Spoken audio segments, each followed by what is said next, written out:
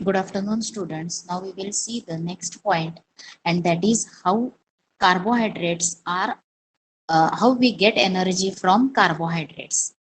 The carbohydrates in the form of glucose. आता ग्लुकोजचं काय होणार आहे? ऑक्सिडेशन होणार आहे.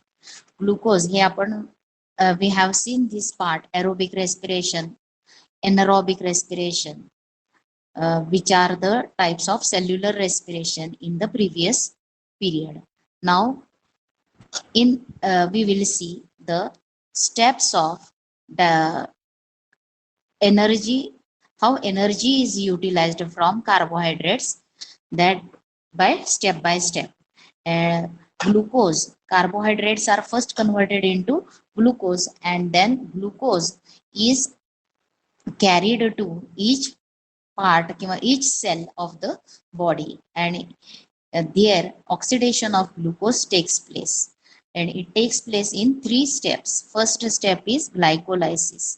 तर ग्लायकोलायसिस याच्यामध्ये काय होत असतं, तर in the process of glycolysis, आता ही ग्लायकोलायसिस प्रोसेस मध्ये ग्लुकोजचं कन्व्हर्शन पायरुवेट मध्ये होणार आहे. ग्लुकोजचं कन्व्हर्शन कशामध्ये होणार आहे?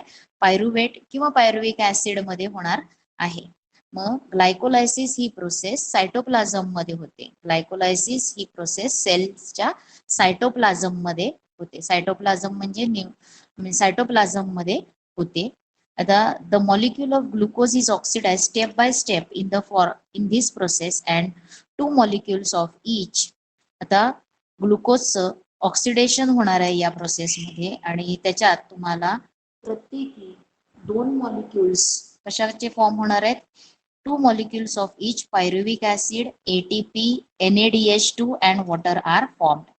त्याच्यानंतर molecules of pyruvic acid, हे pyruvic acid formed in this process are converted into molecules of acetyl coenzyme A.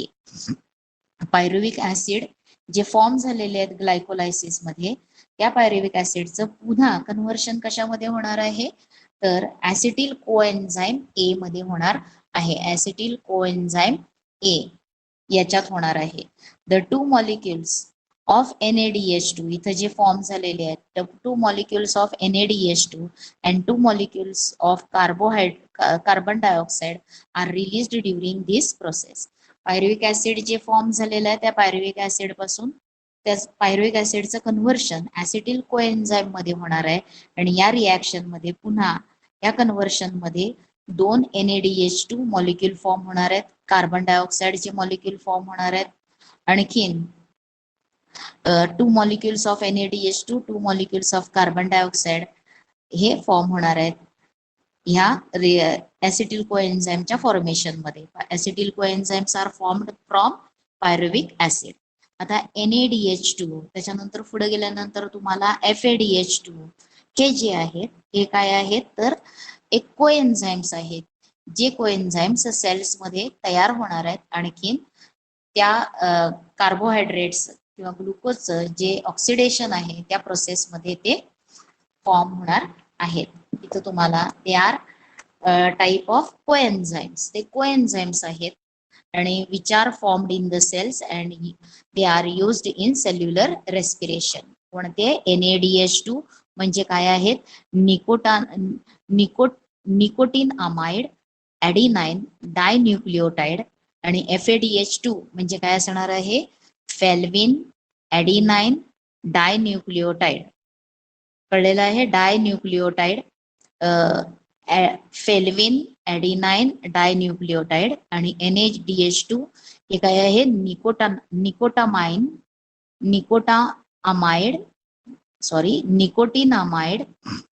ॲडिनाइन dinucleotide, आणि हे दोन्ही पण काय आहेत? कोएन्झाइम्स आहेत, which are formed in the cells मध्ये ते तयार होणार आहेत, आणि सेल्युलर रेस्पिरेशन मध्ये त्याचा यूज होणार आहे. आता पहिली स्टेप आपण बघितली ग्लायकोलायसिस, आणि ग्लायकोलायसिस मध्ये ग्लुकोजचं कन्व्हर्शन कशामध्ये होत असतं? Glucose is converted into pyruvic acid. Pyruvate मध्ये कन्व्हर्शन होणार आहे. मग पायरुवेट म्हणजेच पायरुविक ऍसिड, आणि अजूनही काय काय प्रोडक्ट फॉर्म होतात? तर पायरुविक ऍसिड, दोन मॉलिक्युल्स पायरुव्हिक ऍसिडचे, एटीपी मॉलिक्युल्स 2, NADH2 2 आणि वॉटर मॉलिक्युल पण 2 फॉर्म होणार आहेत. आता त्याच्यानंतरची हे जे पायरुव्हिक ऍसिड आहेत त्यातल्या पायरुव्हिक ऍसिड पासून पुन्हा कशामध्ये पायरुव्हिक ऍसिडचं कन्व्हर्शन होतं, ऍसिटिल कोएन्झाइम मध्ये होतं आणि या प्रोसेसमध्ये पुन्हा 2 मॉलिक्युल्स ऑफ NADH2 आणि 2 molecules of carbon dioxide release होणार आहे. त्याच्यानंतरची स्टेप आहे tricarboxylic acid cycle. Tricarboxylic acid cycle. तर याच्यामध्ये both molecules of acetyl coenzyme CO फक्त लिहिलंय, coenzyme A. Both molecules of acetyl coenzyme A enter in mitochondria. आता acetyl कोएन्झाइम जो तयार झालेला आहे पायरुव्हिक ऍसिड पासून, हे मॉलिक्युल्स मायटोकॉन्ड्रियामध्ये जाणार आहेत, एंटर होणार आहेत आणि cyclic chains of reactions called a tricarboxylic acid cycle is operated on it in the mitochondria. म्हणजे मायटोकॉन्ड्रियामध्ये ट्रायकार्बोऑक्झॅलिक ऍसिड सायकल ही ऑपरेट होणार आहे या ऍसिटिल कोएन्झाइम वरती. एक सायक्लिक चेन रिॲक्शन्स असणार आहेत त्या, आणि हे कुठं होणार आहे सगळं, मायटोकॉन्ड्रियामध्ये. Acetyl part of acetyl coenzyme is completely oxidized through this cyclical process and molecules of carbon dioxide, water, NADH2, FADH2 are derived. मग ट्रायकार्बोऑक्झॅलिक ऍसिड सायकल किंवा ट्रायकार्बोऑक्झॅलिक ऍसिड सायकल ही कुठं होणार आहे, मायटोकॉन्ड्रियामध्ये होणार आहे. कुणावर होणार आहे तर ऍसिटिल कोएन्झाइम वर होणार आहे. त्या ऍसिटिल कोएन्झाइमचा ऍसिटिल पार्ट जो आहे त्याचं कम्प्लीट ऑक्सिडेशन तिथं होणार आहे आणि ह्या सायकलिक चेन रिॲक्शन्स असणार आहेत, सायकलिक रिॲक्शन्स असणार आहेत. मग याच्यामध्ये आउटपुट किंवा काय मोठे प्रॉडक्ट फॉर्म होत असतात, तर molecules of carbon dioxide, water, NADH2, FADH2 हे त्यांच्यापासून तयार होणार आहेत. आता त्याच्या पुढची सायकल जी आहे आणि तो पुढचा स्टेप कोणती आहे, electron transfer chain reaction. Electron transfer chain reaction तुम्हाला इथं मायटोकॉन्ड्रिया दाखवलेला आहे आणि मायटोकॉन्ड्रिया आणि ट्राय कार्बोऑक्झॅलिक ऍसिड सायकल इथं दाखवलेली आहे. तुम्हाला जशी इथं दाखवलेली आहे तुमच्या पुस्तकात तीच लिहायची आहे तुम्हाला. तुम्ही डायजेस्ट बघून त्याच्यामध्ये भरपूर रिॲक्शन्स आहेत, ते तुम्हाला आता करायचं नाही. तुम्ही 11th मध्ये गेल्यानंतर 12th मध्ये पुन्हा तुम्हाला हे स्टडी होईल त्यावेळेस ते डीप मध्ये करा. पण आताच्या तुमच्या या लेवलला फक्त तुम्हाला ही डायग्राम ड्रॉ करायला लागणार आहे. ट्राय कार्बोऑक्झॅलिक ऍसिड सायकल, त्याच्यावरती डेफिनेशन शॉर्ट नोट लिहा, ही डायग्राम ड्रॉ करायची आणि त्या डायग्राम मध्ये पुस्तकामध्ये हे ॲरोज दाखवलेत. आता तिथे काय काय नाहीयेत, तर इथं ऍसिटिल कोएन्झाइम लिहायचंय. काय लिहायचंय, ऍसिटिल कोएन्झाइम एंटर होणार आहे मायटोकॉन्ड्रियामध्ये. त्याच्यानंतर पुढं अजूनही तुम्हाला इथं जे NADH2 हे नीट दिसत नाहीये, इथं NADH2 आहे. हा जो सायकलिक दिसतोय, सायकल ॲरोज आहेत रिसायकल केल्यासारखे, त्याच्यामध्ये लिहायचं तुम्ही क्रेब्स सायकल. काय लिहायचंय तिथं, क्रेब्स सायकल. त्याच्यानंतर NADH2 बघा काय आहे, तुम्ही हे नीट डायग्राम लक्षात घ्या, आणखीन तुमच्या ह्याच्यामध्ये लिहून ठेवा वहीमध्ये. तर इथं काय काय आहे, ऍसिटिल कोएन्झाइम लिहायचंय.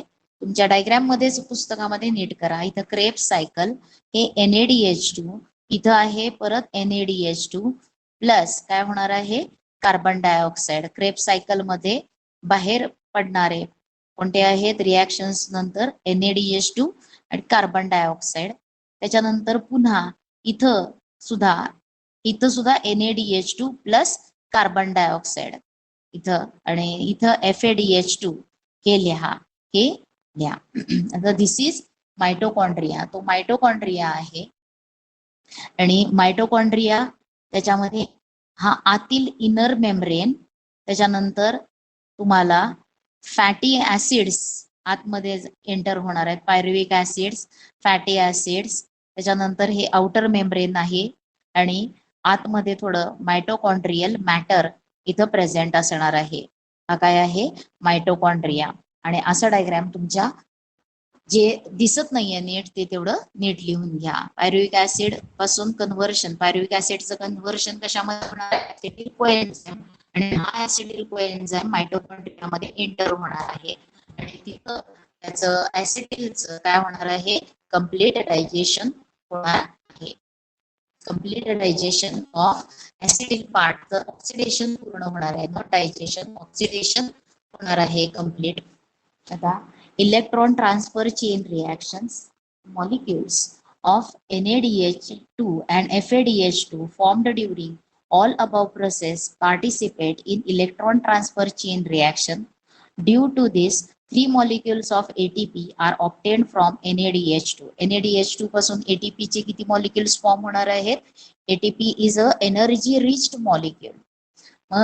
From NADH2 3 ATP molecules are formed and FADH2 पासून 2 ATP molecules form होतात. कोरिलेशन तुम्हाला त्याच्यामध्ये विचारलं जाऊ शकतं. NADH2 double dot 3 molecules of ATP आणि तसंच FADH2 पासून किती molecules of ATP फॉर्म होणार आहेत? 2 molecules. Besides ATP, water molecule are also formed in this reaction. Electron transfer chain reaction is operated in mitochondria only. आता electron chain reaction जी आहे, electron transfer chain reaction ही कुठे operate होणार आहे? फक्त mitochondria. Operate म्हणजे ती कुठे घडणार आहे? मायटोकॉन्ड्रियामध्ये घडणार आहे. तर त्याच्यात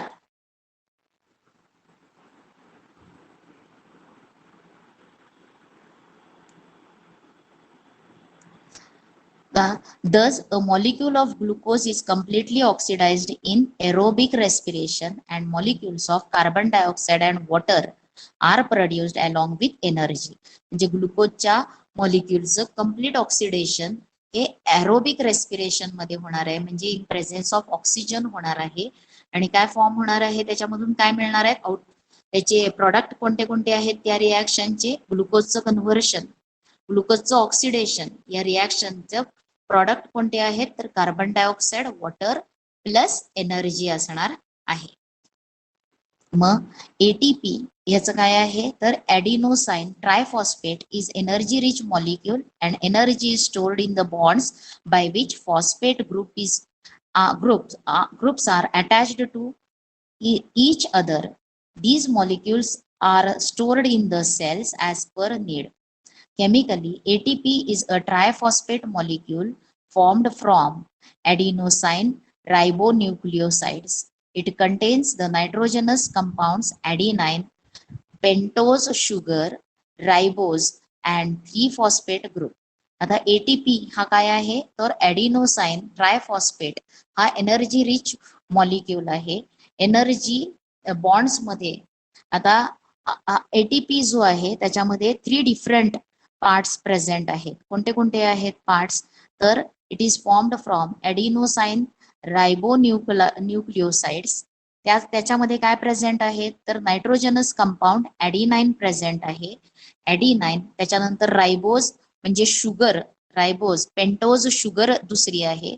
पहिलं काय आहे? नायट्रोजनस कंपाऊंड ॲडिनाइन, इथं दिसतंय तुम्हाला ॲडिनाइन. त्याच्यानंतर एक पेंटोज शुगर म्हणजे रायबोज, त्याला नाव आहे, शुगर आहे.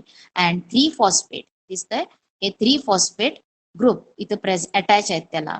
म्हणजे एटीपी जो आहे त्याच्यामध्ये किती डिफरंट त्या मॉलिक्यूल जो आहे तो मॉलिक्यूल कशापासून फॉर्म झालेला आहे? तर त्याच्यामध्ये 3 पार्ट्स आहेत. तर ॲडिनोसाइन रायबोन्यूक्लिओसाइड्स पासून तयार झालाय आणि त्याच्यामध्ये काय काय प्रेझेंट आहे?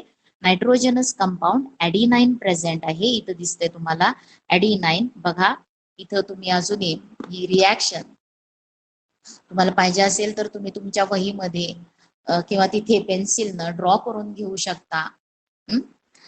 हा जो पार्ट आहे हा पूर्ण, हे पूर्ण एटीपी आहे, कळलंय? हा पूर्ण मॉलिक्यूल कशाचा आहे? एटीपीचा. आणि त्या एटीपी मध्ये 3 पार्ट्स आहेत. ॲडिनाइन हा नायट्रोजनस बेस कंपाऊंड आहे. त्याच्यानंतर शुगर आहे. तर शुगर कोणती आहे? रायबोज, पेंटोज शुगर, त्याला रायबोज म्हटलेलं आहे. म्हणजे ॲडिनाइन, रायबोज आणि फॉस्फेट. मग आपण काय नेम आहे? ॲडिनोसाइन ट्रायफॉस्फेट हा एटीपी मॉलिक्यूल इथं तुम्हाला दाखवलाय. इट कंटेन्स 3 डिफरंट पार्ट्स किंवा कंपाऊंड्स. कोणते कोणते आहेत? वन इज नायट्रोजनस कंपाऊंड ॲडिनाइन, त्याच्यानंतर शुगर आहे, पेंटोज शुगर, रायबोस त्याला म्हटलंय, आणि काय आहे पुढं? पेंटो 3 फॉस्फेट ग्रुप्स. 3 फॉस्फेट ग्रुप्स इथं दिलेले आहेत, ते आहेत. मग आता याच्यामध्ये बघा, हा ॲडिनाइन आणि रायबोज, ॲडिनाइन आणखीन रायबोज इथं, त्याच्यानंतर त्याच्यापासून ॲडिनोसाइन तयार होणार आहे. आता इथं इथं तुम्हाला पुढचा जो पार्ट आहे ते मी फक्त इथे एक रिॲक्शन दाखवली आहे. एटीपी ला काय म्हटलेलं आहे? एनर्जी करन्सी म्हटलेलं आहे. इथं बघा, एटीपी म्हणजे ही बॅटरी आहे एनर्जी देणारी, आणि ती यूज झाल्यावरती इथं बॅटरी काय दाखवलेली आहे? इथं डिस्चार्ज झालेली दाखवलेली आहे. मग एटीपी च कन्व्हर्शन एडीपी मध्ये होणार आहे. आता ट्रायफॉस्फेट आहे इथं, ॲडिनोसाइन ट्रायफॉस्फेट, त्याच्यातला इथं काय होणार आहे? एक फॉस्फेटचा बॉन्ड काय होणार आहे? ब्रेक होणार आहे, त्याच्यापासून एनर्जी मिळवली जाणार आहे. आणखीन हा जो ट्रायफॉस्फेट आहे त्याचं कन्व्हर्शन म्हणजे ॲडिनोसाइन ट्रायफॉस्फेट आहे, त्याचं कन्व्हर्शन कशामध्ये होणार आहे? ॲडिनोसाइन डायफॉस्फेट मध्ये केलं जाणार आहे. हा काय आहे? ॲडिनोसाइन डाय फॉस्फेट. डाय म्हणजे 2, फॉस्फेट म्हणजे फॉस्फरस किंवा फॉस्फेट बॉन्ड्स किती प्रेझेंट आहेत, ग्रुप किती प्रेझेंट आहेत इथं? फॉस्फेटचे 2 प्रेझेंट आहेत, आणि एक निघाला आणि हा ब्रेक होतो बॉन्ड, त्यावेळेस काय होते? एनर्जी रिलीज होते. कळलेलं आहे? ही रिॲक्शन लक्षात घ्या. आणि तुम्हाला ATP is a currency house, energy currency असं म्हटलंय त्याला. आणि का तर ही रिॲक्शन तुम्हाला विचारली जाते, ह्याच्यावरती शॉर्ट नोट विचारली जाते. मग chemically ATP is a triphosphate molecule formed from adenosine ribonucleosides. It contains nitrogenous compound adenine, pentose sugar, ribose आहे त्याला म्हटलेलं, and 3 phosphate groups. As per the need, energy is derived by breaking the phosphate bond of ATP. Hence, ATP is called energy currency of cell. Why ATP is called as energy currency of cell? Give reason मध्ये विचारलं जाईल, किंवा write short note on ATP, त्यावेळेस सुद्धा हे तुम्हाला लिहायला लागणार आहे. त्याच्यासाठी ही रिॲक्शन पहिली एटीपीचं कन्व्हर्शन एनर्जी मिळाल्यानंतर कशामध्ये होतं? ADP मध्ये होतं. टी म्हणजे ट्रायफॉस्फेट आणि डी म्हणजे डायफॉस्फेट. मग आता इथं हा कशाचा मॉलिक्यूल आहे? दिस हे पूर्ण जे आहे, हा पूर्ण काय आहे? एटीपी मॉलिक्यूल आहे. इट कंटेन्स ॲडिनाइन, रायबोस आणि काय आहे? 3 फॉस्फेट ग्रुप.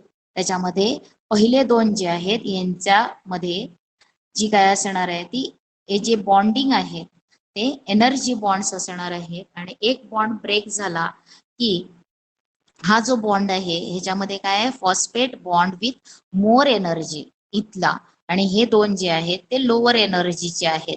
म्हणून हा एनर्जीचा बॉन्ड काय होणार आहे? ब्रेक होणार आहे, आणि एनर्जी रिलीज केली जाणार आहे. मग त्याच्यापासून काय फॉर्म होणार आहे? एडीपी. या प्रॉडक्टचं नेम काय आहे? या पूर्ण प्रॉडक्टचा हा फॉर्म झालाय, त्याचं नेम काय आहे? एडीपी. कळलेलं आहे? हा आहे एडीपी. एडीपी म्हणजे ॲडिनोसाइन डायफॉस्फेट फॉर्म होणार आहे, आणि ऑर्गॅनिक फॉस्फेट एक रिलीज होणार आहे, आणखीन एनर्जी रिलीज होणार आहे. प्लस एनर्जी म्हणा, किंवा इथं जो ॲरो दाखवलाय एनर्जी इज रिलीज्ड. ही कम्प्लीट रिॲक्शन ती लिहिलेली आहे, इथे दाखवलेली आहे. If there is insufficient amount of carbohydrates in body due to exceptional conditions like fasting and hunger. आता काय वेळेला कार्बोहायड्रेट्स आपल्या शरीराला कमी पडतात. मग केव्हा पडणार आहेत कमी?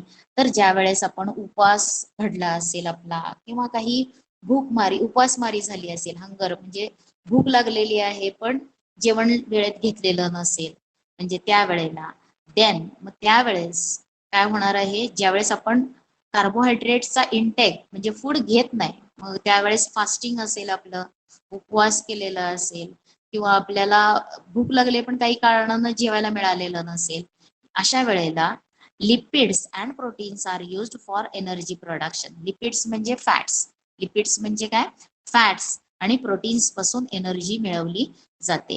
In case of lipids they are converted into fatty acids, whereas proteins are converted into amino acids. हे कुठं होणार आहे, डायजेशन मध्ये होणार आहे.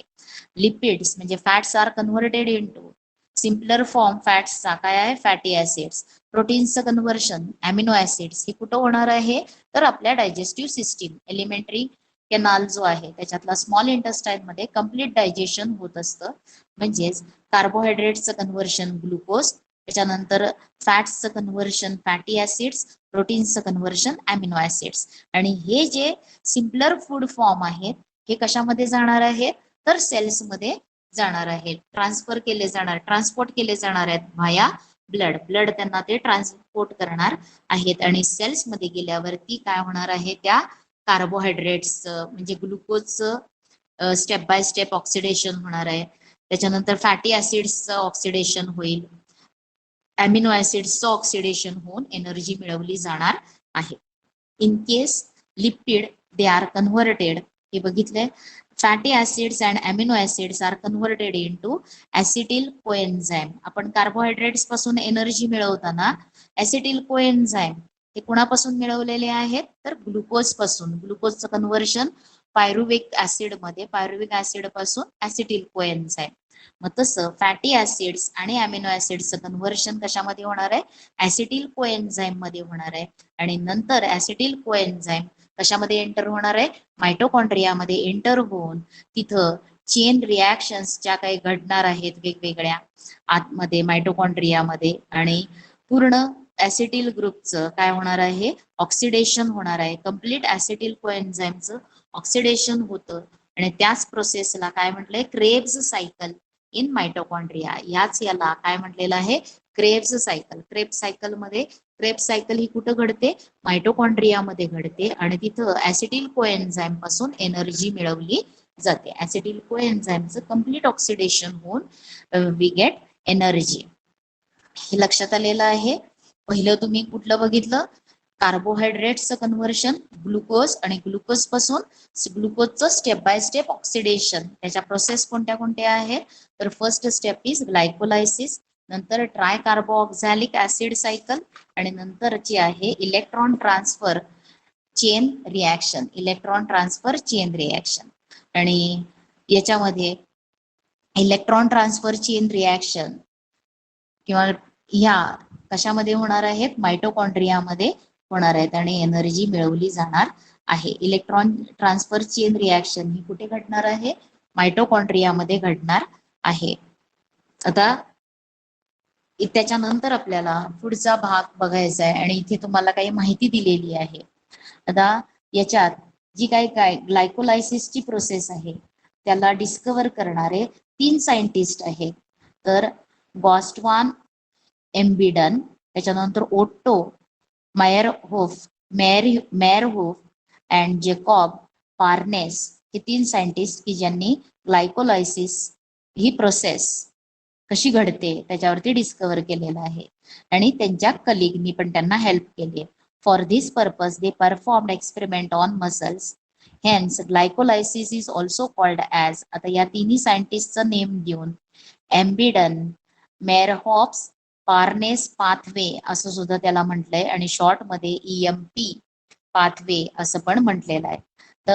The cyclical reactions of tricarboxylic acid cycle were discovered by Shri Hans Kreb. आता tricarboxylic acid cycle जी आहे त्याच्यामधल्या सायकलिक रिॲक्शन्स त्या डिस्कवर केलेले कोणते सायंटिस्ट आहेत, सर हान्स क्रेब्स यांनी केलेलं आहे, म्हणून याला क्रेब्स सायकल असं सुद्धा म्हटलेलं आहे. Hence this cyclic process is called as Krebs cycle. He has been awarded the Nobel Prize in 1953 for this discovery. आता याच्यानंतर इथं तुम्हाला एक फ्लो चार्ट दाखवलेला आहे, हाऊ एनर्जी इज प्रोड्युस्ड. आता हा पहिला फ्लो चार्ट जो आहे तो कशाचा आहे, the process of energy production through aerobic respiration of carbohydrate, proteins and fats. आणि दुसरा फ्लो चार्ट जो आहे तो कशाचा आहे, anaerobic respiration in living organisms anaerobic respiration इथं दाखवलेलं आहे. हे दोन्ही सेल्स मध्ये घडणारे आहेत. सेल्युलर रेस्पिरेशन त्याच्यातला एरोबिक रेस्पिरेशन हा फ्लो चार्ट आहे आणि एनोरॉबिक रेस्पिरेशन साठी हा फ्लो चार्ट.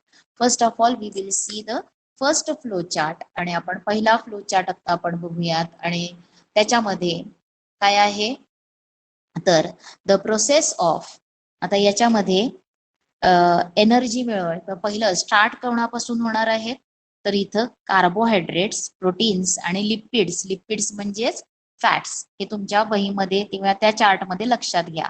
लिपिड्सचं कन्व्हर्शन, आता हे डायजेशन मध्ये हे होणार आहे. डायजेशन प्रोसेस हे कॉम्प्लेक्स फूड सबस्टन्सेस आहेत. त्याचं कन्व्हर्शन कशामध्ये होणार आहे तर सिम्पलर फॉर्म मध्ये होणार आहे. मग लिपिड्सचं कन्व्हर्शन फॅटी ऍसिड्स मध्ये, कार्बोहायड्रेट्सचं कन्व्हर्शन ग्लुकोज मध्ये होणार आहे आणि प्रोटीन्सचं कन्व्हर्शन अमिनो ऍसिड्स मध्ये होणार आहे. आता कार्बोहायड्रेट्सचं कन्व्हर्शन ग्लुकोज आणि ग्लुकोज पासून कोणती आहे पहिली स्टेप ग्लायकोलायसिस. याच्यामध्ये glucose is converted into pyruvic acid. नंतर पायरुव्हिक ऍसिडचं कन्व्हर्शन ऍसिटिल कोएन्झाइम. आता तसंच प्रोटीन्स आणि फॅट्स यांचं प्रोटीन्सचं अमिनो ऍसिड्स आणि amino acids are converted into acetyl coenzyme. त्याच्यानंतर फॅटी ऍसिड्स, फॅट्सचं कन्व्हर्शन किंवा लिपिड्सचं conversion fatty acids and fatty acids are converted into acetyl coenzyme. आणि नंतर हे ऍसिटिल कोएन्झाइम मायटोकॉन्ड्रियामध्ये एंटर झाल्यानंतर पुढची क्रेब्स सायकल ही तिघांच्याही प्रोसेसमध्ये म्हणजे प्रोटीन्स पासून एनर्जी मिळवणं, कार्बोहायड्रेट्स पासून आणि फॅट्स पासून एनर्जी मिळवणं, त्याच्या ज्या काही क्रेब्स सायकल्स आहेत त्या पुढच्या सेम असणार आहेत. म्हणजे ऍसिटिल कोएन्झाइम हे मायटोकॉन्ड्रियामध्ये एंटर होणार आहे आणि तिथं गेल्यानंतर क्रेब्स सायकल ऑपरेट होणार आहे आणि त्याच्यापासून लास्ट प्रोडक्ट त्याचे कोणते आहेत क्रेब्स सायकलचे तर कार्बन डायऑक्साईड, वॉटर आणि एनर्जी रिलीज होणार आहे. हे आहे इथं ग्लुकोज असेल, प्रोटीन्स असेल किंवा लिपिड्स असेल याचं कम्प्लीट ऑक्सिडेशन होऊन एनर्जी मिळणार आहे.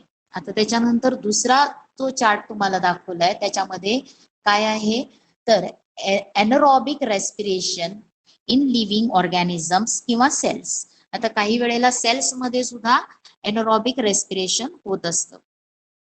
मग याच्यामध्ये तुम्हाला ग्लुकोज दाखवलंय.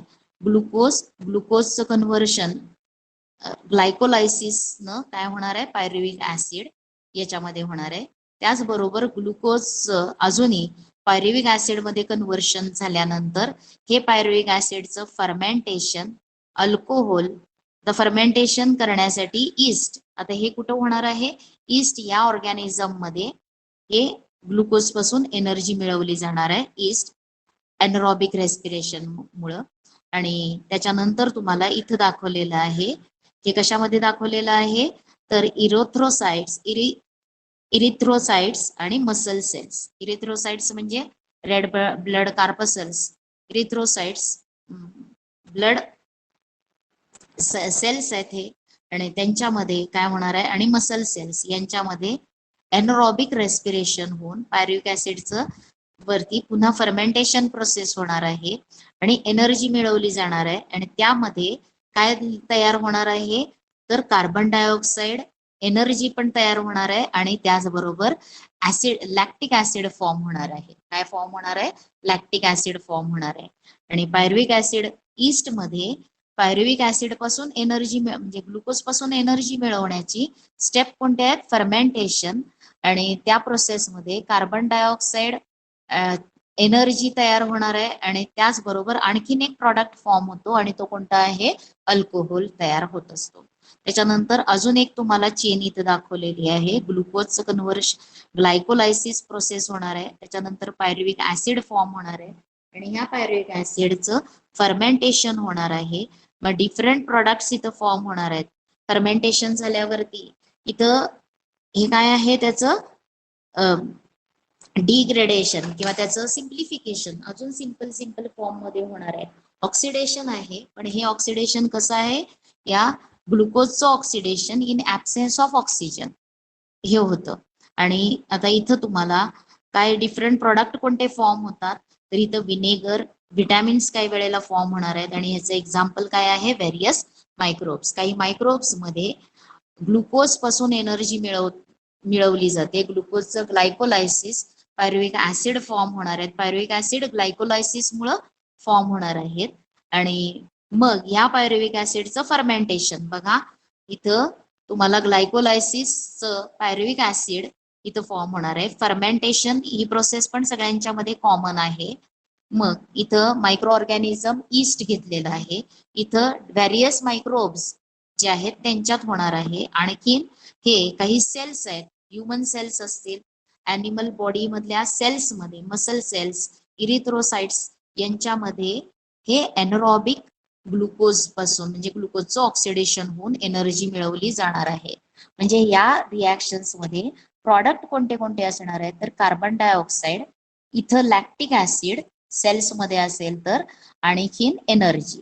त्याच्यानंतर इथं काही मायक्रोब्स मध्ये काय असणार आहे, त्या ग्लुकोजच्या पासून एनर्जी मिळवलं होतं त्याच्यामध्ये कार्बन डायऑक्साइड, एनर्जी आणि अजूनही जसं वॉटर तयार होतं रेस्पिरेशन मध्ये इथं, तसं इथं जसं वॉटर फॉर्म झालेलं आहे तसं इथं काय तयार होणार आहे, विनेगर हे एक ऍसिड फॉर्म होईल, काही विटॅमिन्स फॉर्म होणार आहेत, हे होणार आहे. आणि ईस्ट मध्ये काय तयार होणार आहे, आफ्टर फर्मेंटेशन त्याला एनर्जी मिळणार आहे, पण त्याच्यामध्ये कार्बन डायऑक्साइड, एनर्जी आणखीन अल्कोहोल तयार होणार आहे. आता तुम्ही एक रिॲक्शन किंवा एक ड्यू रिझन इथं बघितलेलं होतं.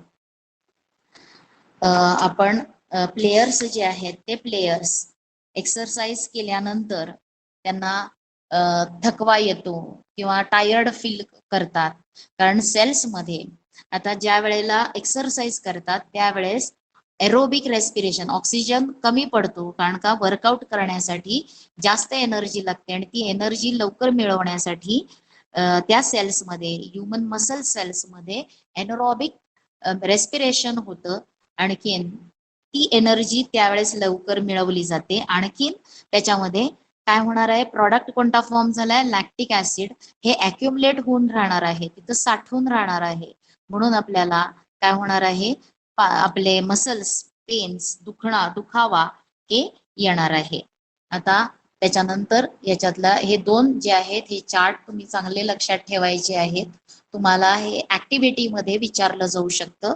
एखादं फिल इन द ब्लँक्स, एखादी स्टेप जी आहे ती ब्लँक ठेवतील आणि तुम्हाला ते लिहायला सांगतील, किंवा तुमच्या पुस्तकामध्ये एक एक्सरसाइज एक्झाम्पल आहे आणि हे तुम्हाला काय करायचं आहे, ऑर्डर मध्ये व्यवस्थित लिहा असं सुद्धा विचारतील. त्यावेळेस आपल्याला ते करायला आलं पाहिजे.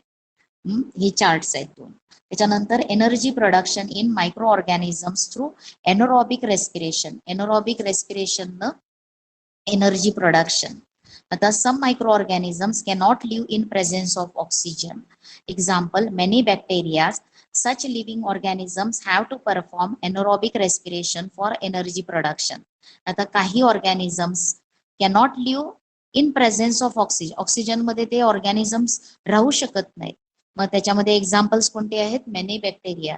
मग हे एनरोबिक रेस्पिरेशन ते परफॉर्म करणार आहेत आणि त्यांच्यापासून एनर्जी मिळवली जाणार आहे. Glycolysis and fermentation are two steps in anaerobic respiration. Anaerobic respiration मध्ये एनर्जी मिळवण्याच्या दोन स्टेप्स कोणत्या आहेत तर त्या स्टेप आहेत ग्लायकोलायसिस आणखीन फर्मेंटेशन. कोणते आहेत दोन, ग्लायकोलायसिस आणि नंतर जे आहे फर्मेंटेशन. लक्षात आलेलं आहे. एनरोबिक रेस्पिरेशन मधल्या स्टेप्स कोणत्या आहेत एनर्जी मिळवण्याच्या तर ग्लायकोलायसिस आणखीन दुसरं आहे fermentation. The glucose is incompletely oxidize. आता इथं एनरोबिक रेस्पिरेशन मधून जी एनर्जी मिळते त्याच्यामध्ये ग्लुकोजचं कम्प्लीट ऑक्सिडेशन होत नाही, ते इनकम्प्लीट ऑक्सिडेशन होतं आणि less amount of energy is obtained.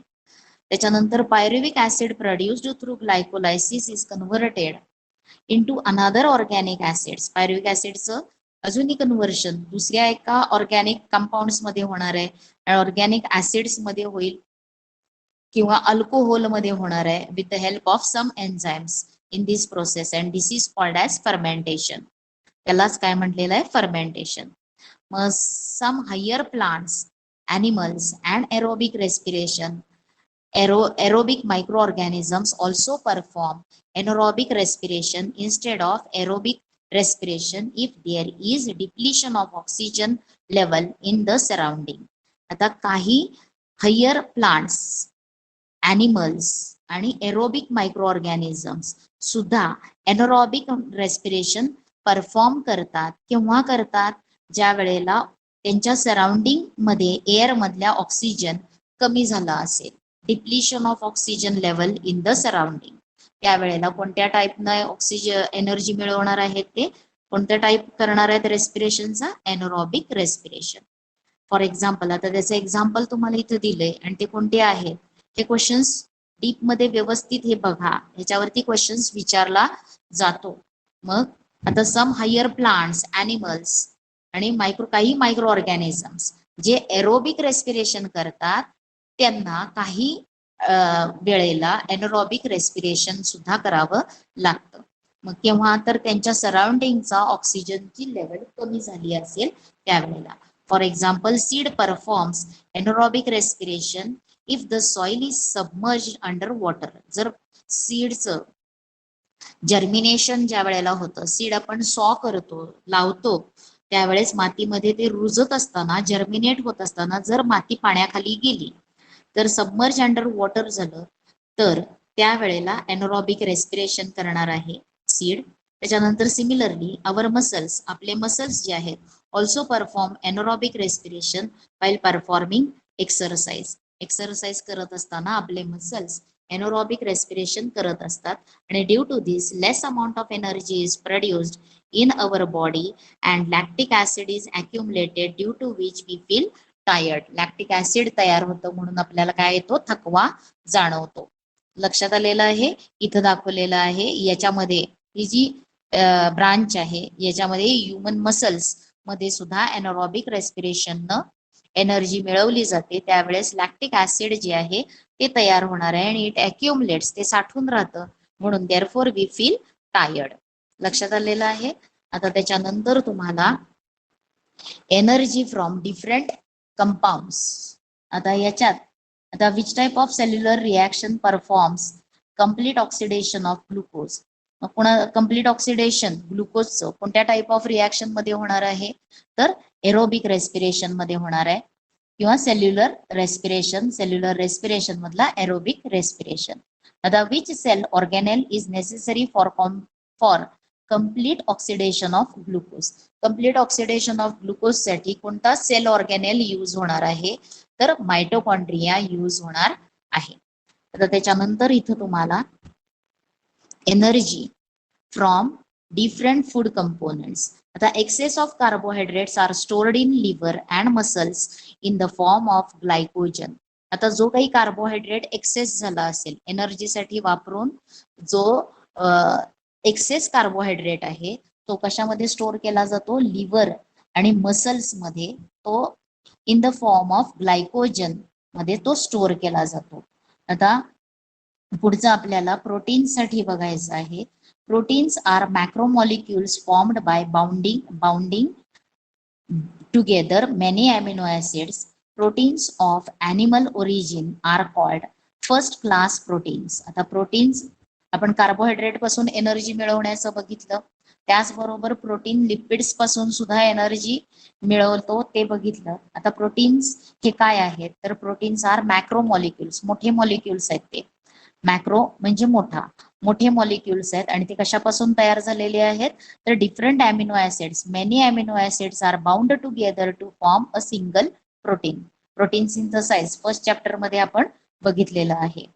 आणि जे प्रोटीन्स ॲनिमल ओरिजिन आहेत त्यांना म्हटले first class proteins. We get 4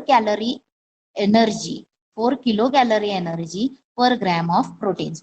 proteins पासून किती कॅलरी एनर्जी मिळणार आहे एका ग्रॅम पासून? तर 4 kilocalorie energy per gram of protein पासून मिळवली जाते. तर amino acids are obtained after digestion of proteins. Those amino acids are absorbed in the body and transported up to the each organ and cell via blood. From these amino acids, organs and cells produce various proteins necessary for them and the whole body. आता proteins च्या पासून प्रोटीन्सचं simpler form digestion मध्ये form होणारा कोणता आहे amino acids. हे amino acids blood मधून प्रत्येक सेल्स कडे ट्रान्सपोर्ट केले जाणार आहेत आणि तिथे गेल्यानंतर बॉडीच्या रिक्वायरमेंटला कोणते प्रोटीन्स तयार करावे लागणार आहेत ते प्रोटीन्स तयार केले जाणार आहेत.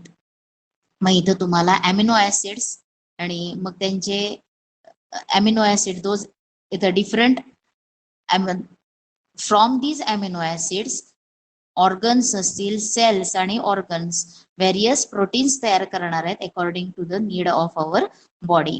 मग आता स्किन जी आहे त्या स्किनसाठी कोणतं अमिनो ऍसिड लागणार आहे किंवा कोणतं प्रोटीन लागणार आहे तर अमिनो ऍसिड मेलॅनिन कॅरेटिन हे स्किन मध्ये प्रेझेंट असणार आहे. Amino acids present in bone कोणते आहेत ओसिन हा आहे. त्याच्यानंतर amino acids present in cells आता इथं various proteins of cell membrane various enzymes हे असणार आहे. पॅनक्रियाज मध्ये कोणते असणार आहेत प्रोटीन्स किंवा अमिनो ऍसिड्स इन्शुलिन ट्रिप्सिन हे असणार आहेत. पिट्युटरी ग्लँड्स मध्ये व्हेरियस हार्मोन्स हे असणार आहेत अमिनो ऍसिड्स व्हेरियस हार्मोन्सच्या फॉर्म मध्ये. मसल्स मध्ये काय असणार आहेत कोणते म्हणजे हे काय आहेत फॉर्म्स ऑफ प्रोटीन्स आहेत डिफरंट फॉर्म्स ऑफ प्रोटीन्स. कोणत्या ऑर्गन मध्ये तर सेल मध्ये बोन्स मध्ये स्किन मध्ये बोन्स मध्ये सेल्स मध्ये. पॅनक्रियाज हे एक ऑर्गन आहे. पिट्युटरी ग्लँड्स त्याच्यानंतर मसल्स ब्लड यांच्यामध्ये प्रेझेंट असलेले डिफरंट टाइप्स ऑफ प्रोटीन्स आणि त्यांचे नेम्स तुम्हाला दिलेले आहेत. मग ही डायग्राम सुद्धा इम्पॉर्टंट आहे ती तुम्हाला फिल करण्यासाठी किंवा कशासाठी विचारली जाणार आहे फिल इन द ब्लँक असेल किंवा 1 मार्कासाठी 2 मार्कासाठी write the protein present in the किंवा amino acid present in skin bones. मग तुम्हाला ही नावं लिहायला आली पाहिजेत म्हणून हे पाठ करायचं आहे. मसल्स मध्ये actin and myosin flexible proteins present आहेत आणि ब्लड मध्ये हिमोग्लोबिन आणि अँटीबॉडीज हे different types of amino acids किंवा प्रोटीन्स प्रेझेंट आहेत.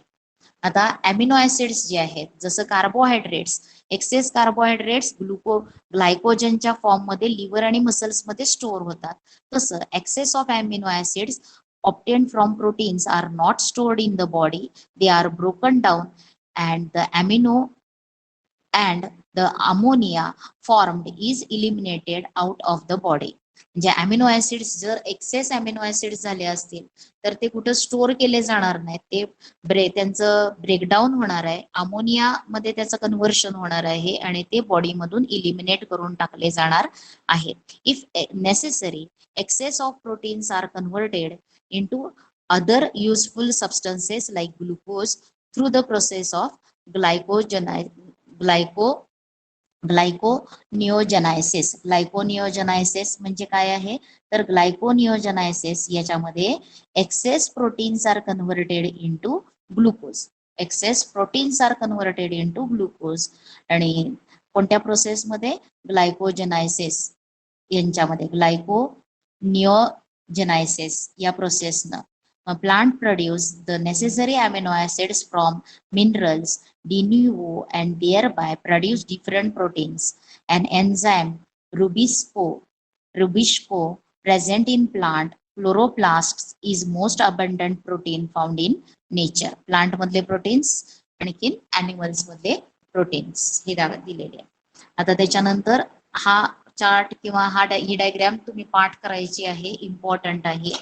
प्रोटीन्स आहेत and different amino acids obtain. आता त्याच्या पुढचं from where do we obtain lipids. आता प्रोटीन्स आपल्याला कशापासून मिळतात तर प्रोटीन्सचे सोर्स कोणते कोणते आहेत ते आपण बघितलेलं आहे. तसंच फॅट्स जे आहेत लिपिड्स त्यांचा सोर्स फूड सोर्स कोणते आहेत तर डिफरंट टाइप्स ऑफ ऑइल असेल घी असेल त्याच्यानंतर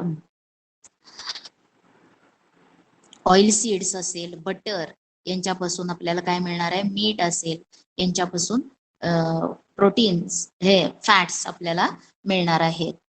मग याच्यामध्ये घी बटर ऑइल सीड्स असेल त्याच्यानंतर मार्गॅरिन हा सुद्धा काय आहे एक प्रकारचं फॅट्स देणारा सबस्टन्स आहे.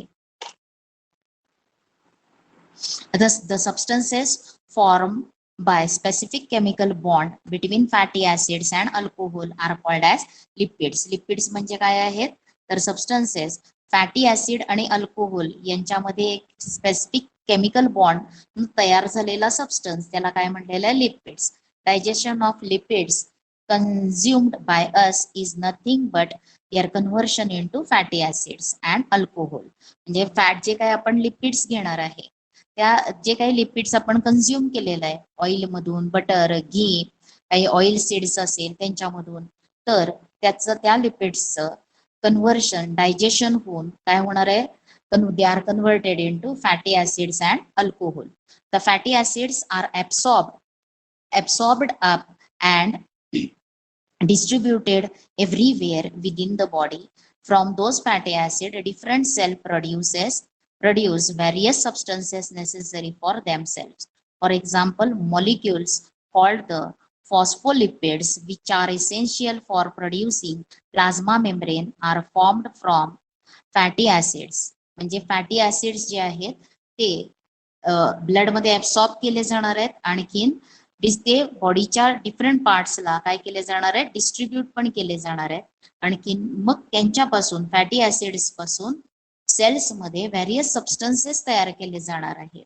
मग मॉलिक्युल्स कॉल्ड फॉस्फोलिपिड जो आहे तो फॉस्फोलिपिड कशासाठी इसेन्शियल आहे तो प्लाझ्मा मेम्ब्रेन तयार करण्यासाठी युजफुल आहे आणि तो फॅटी ऍसिड पासून तयार केला जातो. म्हणजे phospholipid is formed from fatty acids which is essential for the production of plasma membrane. हे एक एक्झाम्पल. त्याच्यानंतर fatty acids are used for producing hormones like progesterone oestrogen testosterone aldosterone. आता हे अजूनही फॅटी ऍसिड्स जे आहेत त्यांचा अजूनही दुसरा यूज इथं दिलेला आहे production of different types of hormones. कोणते आहेत प्रोजेस्टेरॉन इस्ट्रोजन टेस्टिस्टेरॉन एडॉल्स्टेरॉन. आता हे ज्यावेळेस पुबर्टी एज असते यंग गर्ल जी आहे चाइल्ड त्याचं कन्व्हर्शन अडल्ट मध्ये होत असताना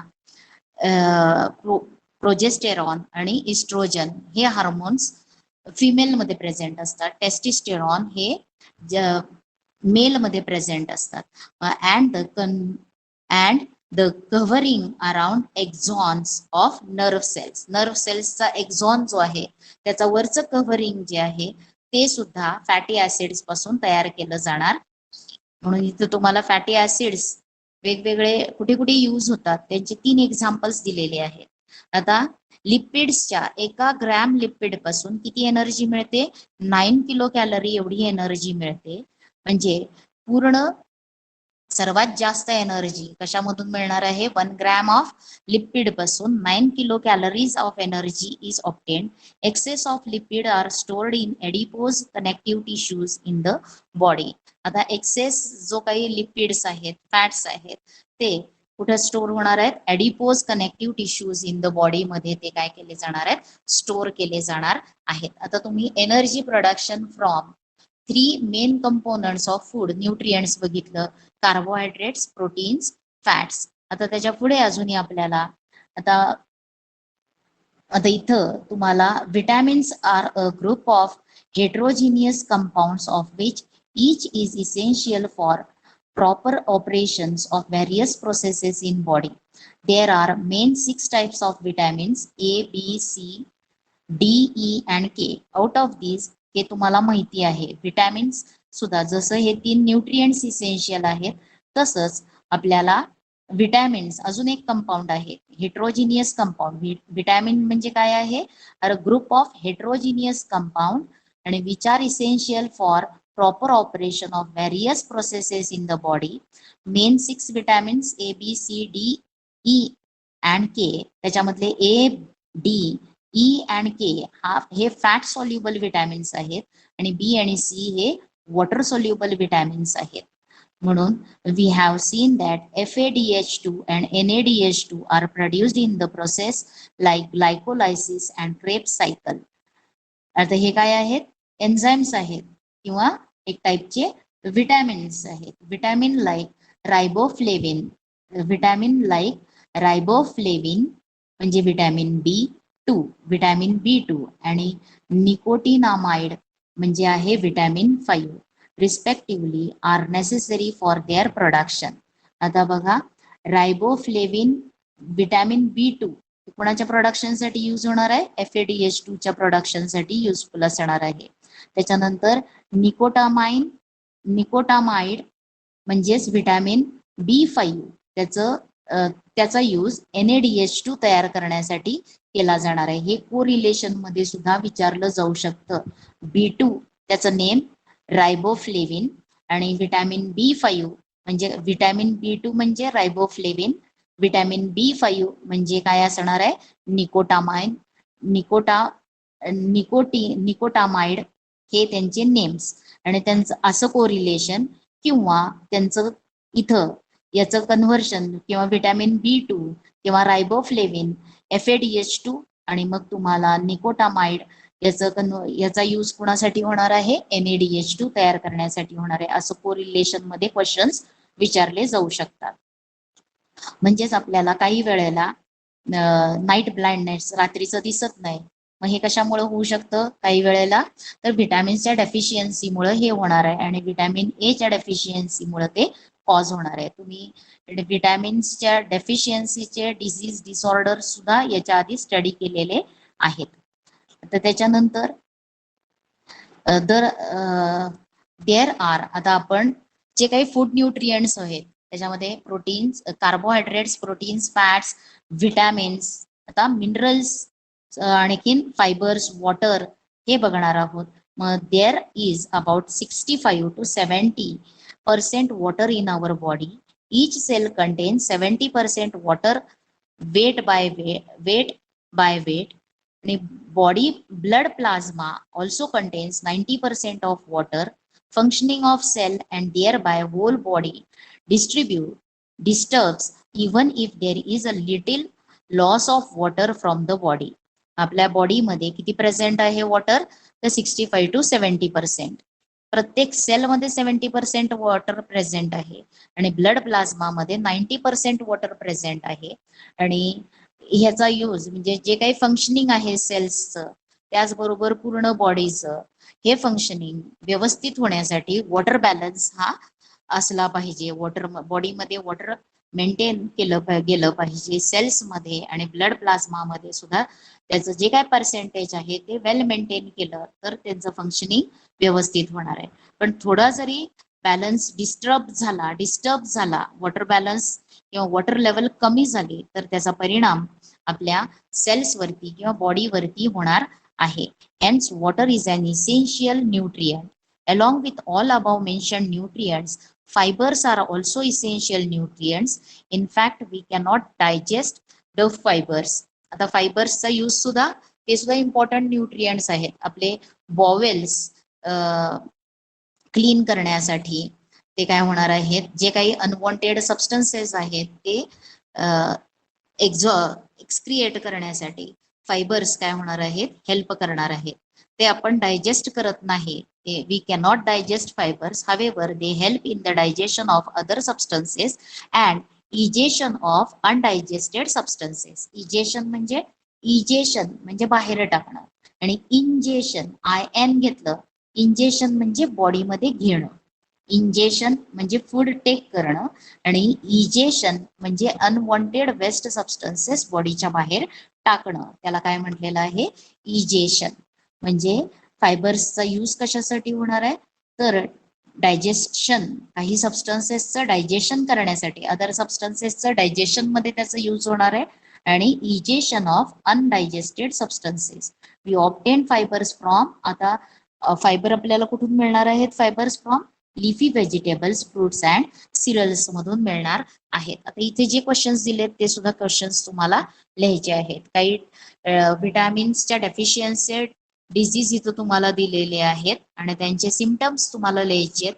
ते तुम्ही थोडं रीड करा आणि ते तुम्हाला लिहायला आले पाहिजेत. तर कोएन्झाइम्स म्हणजे काय? तर एन्झाइम्सला हेल्प करणारे जे असतात substances they are called as coenzymes. त्यांना काय म्हटलेलं आहे? कोएन्झाइम्स. आणि तुम्हाला इथं फुल फॉर्म फाइंड करायला विचारलाय. FAD, FMA, NAD, NADP. आता थोडं फाइंड करा आणि हाऊ मच हे तुम्हाला सगळं झालेलं आहे. 9th मध्ये सुद्धा हा थोडंफार झालेलं असेल तुम्हाला, त्याच्यामुळं येईल लिहायला. आणि फक्त लिहायचा प्रयत्न करा. तुम्हाला माहिती काढायची आहे ते तुम्ही घ्या.